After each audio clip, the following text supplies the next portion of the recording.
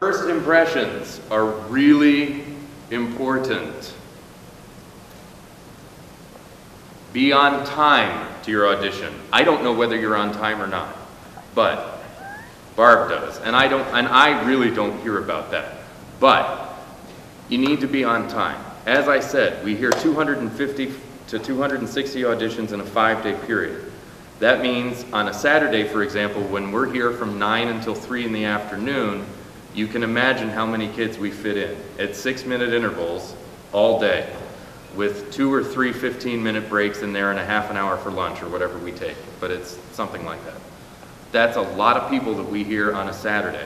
So if you're running late, then we run late, and then everybody else runs late, okay?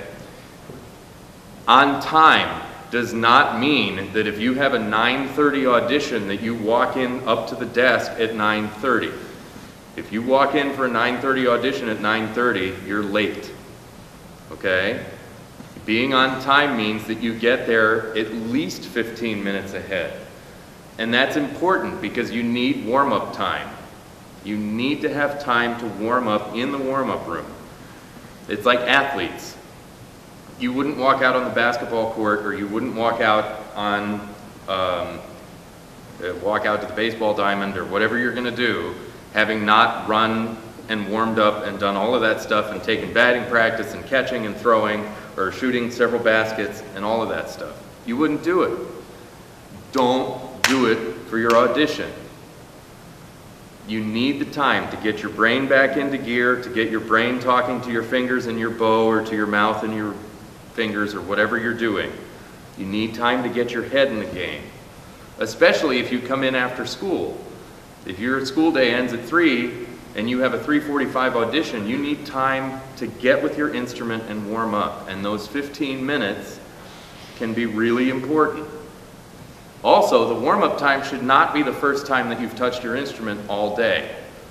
That's bad. You need to have a little bit of time to warm up during the day also, and then take the 15 minutes or so before your audition to really get your brains focused. It's important.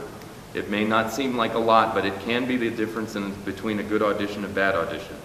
I've seen it. I've done it myself. I've walked in late to auditions and had to go right into a room and completely messed up the whole thing. It happens. You've got to get focused, okay? Just also keep in mind that just because your audition sheet says 9:30, we may have a cancellation. We may be running late. You may be running ahead? We may be running ahead, which actually I've been averaging ahead mostly for the last few years. So that means if you get there at 9:20 for a 9:30 audition, it may be time for you to go in, or at least we may be pushing you to go. So get there as early as you can. I mean, 15 minutes is a guideline.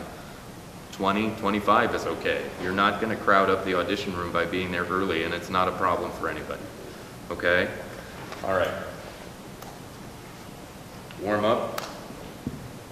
Have a positive attitude. This one is really important. Every year, believe it or not, I have 3 or 4 or 5 people that walk into the audition room and say, "Mr. Heisey, I didn't have time to practice. Mr. Heisey, I've been traveling all summer. I got back yesterday afternoon. I just picked up this piece and ran through it yesterday. I hope it goes okay." I've had that. "Mr. Heisey, my teacher's been away all summer."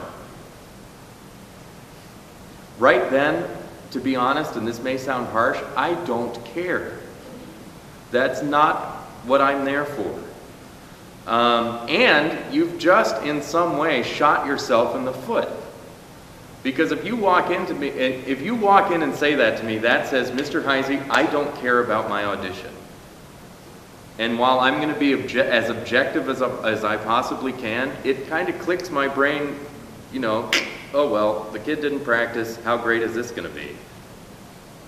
I'm human, it happens. I try not to, but, you know, you have to present yourself in as positive a way as you can.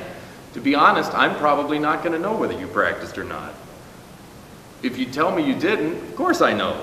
If you don't tell me that you didn't, and you might get really lucky and play through your piece great, and then nobody knows, right? So don't make excuses. Come in with a positive attitude. It's really important. Dress appropriately. I have asked that we start a dress code for next year. I am tired of seeing people walk in stinky stinky soccer uniforms, or looking like on Saturday morning that they just crawled out of bed wearing sweatpants and flip-flops and a ripped t-shirt and all of that stuff. We had a girl last year, actually she played a great audition and she didn't accept her seat. It had nothing to do with the way she looked, but it was Saturday morning and she came in a shirt that was down to here, had her belly button exposed like this, and wore a pair of shorts that went from like here to here, and a pair of flip-flops. And I'm thinking, really? Like, this is how you're going to show up to an audition to tell me that you really want to be in the youth orchestras and this is what you want to do with your Saturday mornings? So, this is good audition attire. No shorts, no jeans, no sneakers, no flip-flops. Okay?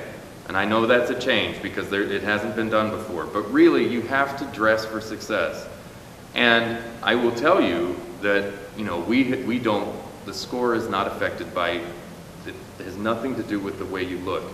But if you walk into a college audition, the score probably isn't going to help, but they're going to think that you don't care. Don't ever walk into an audition looking like you don't care. And if you're wearing sweatpants and a ripped t-shirt, it gives that impression. It may not be the case, but that's the impression that you're sending. So, dress for success.